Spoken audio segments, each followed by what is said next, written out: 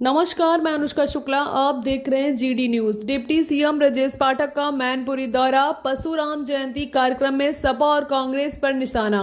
उत्तर प्रदेश के उप मुख्यमंत्री ब्रजेश पाठक आज मैनपुरी पहुंचे। उनका हेलीकॉप्टर बड़े कृष्ण मैदान में उतरा, जहां विधायक राम नरेश अग्निहोत्री ने स्वागत किया। इसके बाद वो सर्किट हाउस पहुंचे, जहां मीडिया के सवालों से बचते नजर आए। उधर जिला अस्पताल में उनके संभावित दौरे को लेकर सीएमओ सहित पूरा स्टाफ अलर्ट रहा, लेकिन समय के अभाव में वह नहीं पहुंचे। बाद में छोटे किशन मैदान में आयोजित परशुराम जयंती कार्यक्रम में शामिल हुए, जहां उनका जोरदार स्वागत किया गया। सभा को संबोधित करते हुए डिप्टी सीएम भगवान परशुराम के आदर्शों का जिक्र किया और इशारों में समाजवादी पार्टी और कांग्रेस पर हमला बोला। उन्होंने विपक्ष पर समाज को बांटने का आरोप लगाते हुए अपनी सरकार की नीतियों को बेहतर बताया। भगवान परशुराम के आदर्श हम सभी के लिए प्रेरणा है। हमारी सरकार सबका साथ, सबका विकास के मंत्र पर काम कर रही है। कार्यक्रम के अंत में उन्होंने सभी का आभार व्यक्त किया।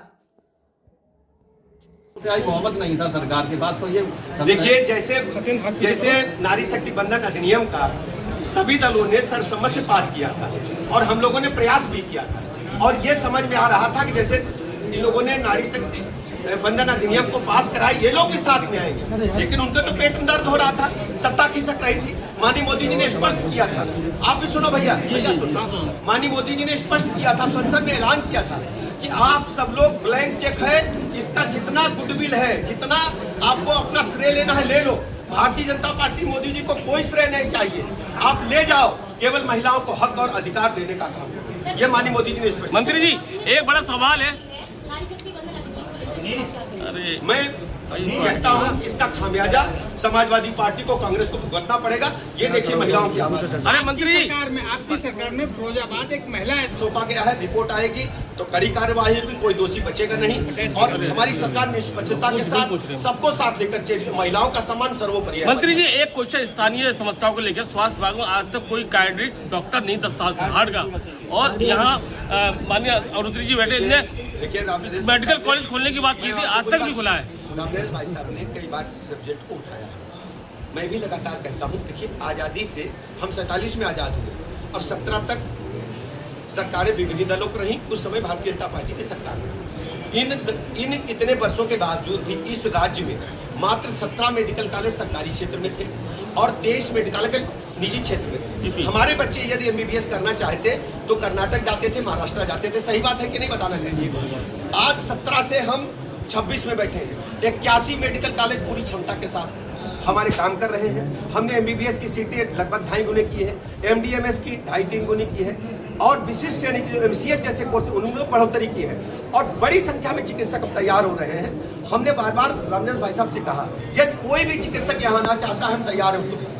मंत्री जी, एक सवाल ये था, आपने प्रयास किया था मंत्री जी ने भोगाव में जो लगाने के लिए, उसके बाद मैनपुरी के जितने जनपद के बॉर्डर पे जिला है, सब में मेडिकल कॉलेज है, फिरोजाबाद हो, इटावा हो, एटा हो, फरुखाबाद हो, मगर मैनपुरी क्यों छूटा है? 8-10 जनपद बचे जहाँ मेडिकल कॉलेज नहीं है, हम सभी जनपदों में खोले हैं, और शीघ्र ही यहाँ भी हम मेडिकल कॉलेज खोलेंगे, और हमारे प्रस्ताव चल रहे हैं, भारत सरकार को लिखा पड़ेगा। मंत्री, विपक्ष जो है मुख्य चुनाव आयोग के खिलाफ फिर से एक प्रस्ताव लाना, विपक्ष हमेशा संवैधानिक संस्थाओं पर सवाल उठाता रहा है और उनके पास कोई सगल नहीं है। विपक्ष पूरी तरह से खोखला है। देखिए, बाबा साहब भीमराव अम्बेडकर के संविधान को अगर आप पढ़ेंगे तो बाबा साहब का मानना था हर गरीब को पक्का मकान मिले, सबको शुद्ध पेयजल मिले, सबको रहने जीवन जीने लायक सभी वस्तुएं सहूलियत मिले।